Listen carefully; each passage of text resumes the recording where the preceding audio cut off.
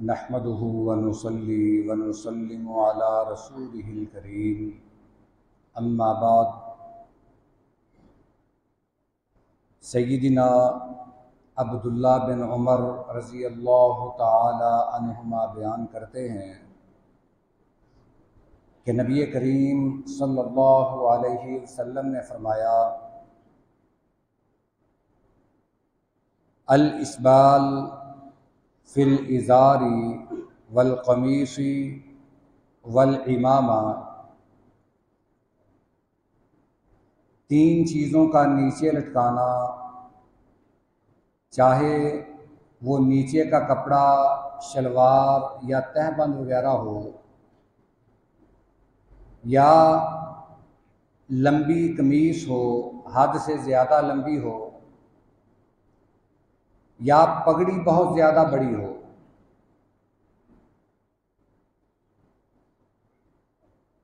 फिर नबी करीम सल्लल्लाहु अलैहि वसल्लम ने ये बात इरशाद फरमाई, मन जर्रा शैयन खुयलाअ लम यंजुरिल्लाहु इलैहि यौमल क़ियामा। इन तीनों कपड़ों में से कोई शख्स जानबूझकर एक भी लटकाए, हद से तजावुज़ करे, तो क़यामत वाले दिन अल्लाह ताला उसकी तरफ नज़र रहमत नहीं फरमाएगा। ये सुनन नबी दाऊद, निसाई, इब्ने माजा और दीगर कुतुब हदीस की रिवायत है। इसकी सनद सही है। हम इसी से मुताल्लिक ये बात पढ़ रहे हैं कि टखनों से नीचे शलवार लटकाना या पैंट लटकाना, इसका गुनाह कितना संगीन है।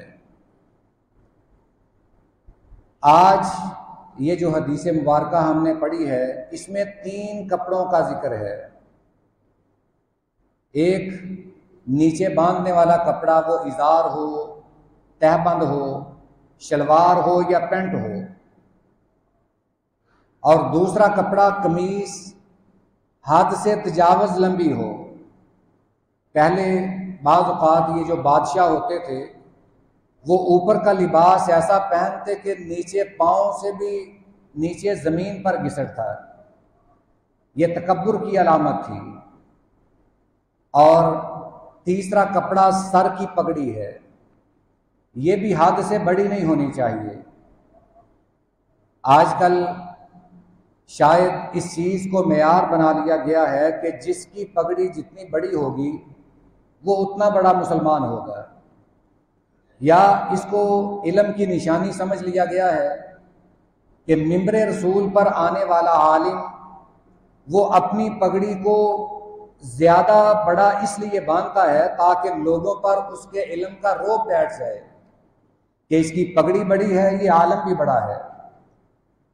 जबकि ये पगड़ी हद से लंबी करना, हद से बड़ी करना, ये भी मना किया गया है। पगड़ी की एक मोतदल सूरत हो।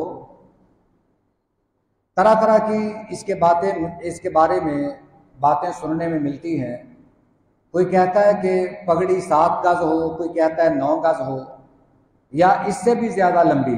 कई तो बांधते हैं, बल्कि इतनी इतनी पगड़ियाँ भी देखी गई हैं कि बंदा हैरान रहता है कि इतना वज़न उठाया कैसे जा सकता है। तो ऐसी पगड़ी जो हद से ज़्यादा बड़ी हो, शरीयत ने उस पर पाबंदी लगाई है।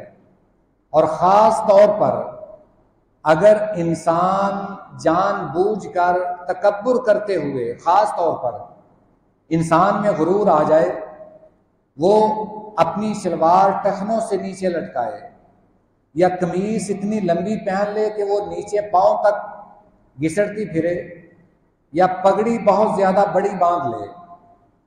आपने फरमाया कि अगर इसमें तकब्बुर का शाइबा भी हुआ तो क़यामत वाले दिन अल्लाह ऐसे आदमियों की तरफ नज़र रहमत नहीं फरमाएगा, अल्लाह इनकी तरफ देखेगा भी नहीं। एक इसी मौजू से मुतल्लिक़ हदीस है, वो भी सय्यदना अब्दुल्लाह बिन उमर से मरवी है। बयान करते हैं कि रसूलुल्लाह सल्लल्लाहु अलैहि वसल्लम ने फरमाया कि क़यामत वाले दिन अल्लाह उस बंदे की तरफ नजर रहमत नहीं फरमाएगा जिसका कपड़ा टखनों से नीचे हुआ, तकब्बुर करते हुए। जिसने अपना कपड़ा टखनों से नीचे किया, क़यामत वाले दिन अल्लाह उसकी तरफ नजर रहमत नहीं फरमाएगा। और क़यामत वाले दिन इंसान को सबसे ज़्यादा ज़रूरत अल्लाह की नजर रहमत की है। और ये तो बात अहादीस में जिक्र है कि बड़े वो खुश नसीब हैं। एक हदीस में 5 लोगों का जिक्र है, एक में 6 लोगों का जिक्र है। फरमाया कि क़यामत वाले दिन अल्लाह इन्हें अपने अर्श का साया अता फरमाएगा। साथ ये भी फरमाया कि जिस दिन और किसी चीज़ का कोई साया नहीं होगा सवाए अल्लाह के अर्श के। तो इससे मालूम होता है कि क़यामत वाले दिन जिन पर अल्लाह की नज़र रहमत होगी वो बड़े खुश नसीब होंगे। दुआ है कि अल्लाह हमें भी उनमें शामिल फरमाए। हमारा लिबास ऐसा हो जो तकब्बुर से भी पाक हो या दीगर जो दुनियावी बातिल नज़रियात हैं उनसे भी पाक हो। अल्लाह ताला हमारे लिबास की भी इस्लाह फरमाए और हमारे अक़ाइद की भी इस्लाह फरमाए।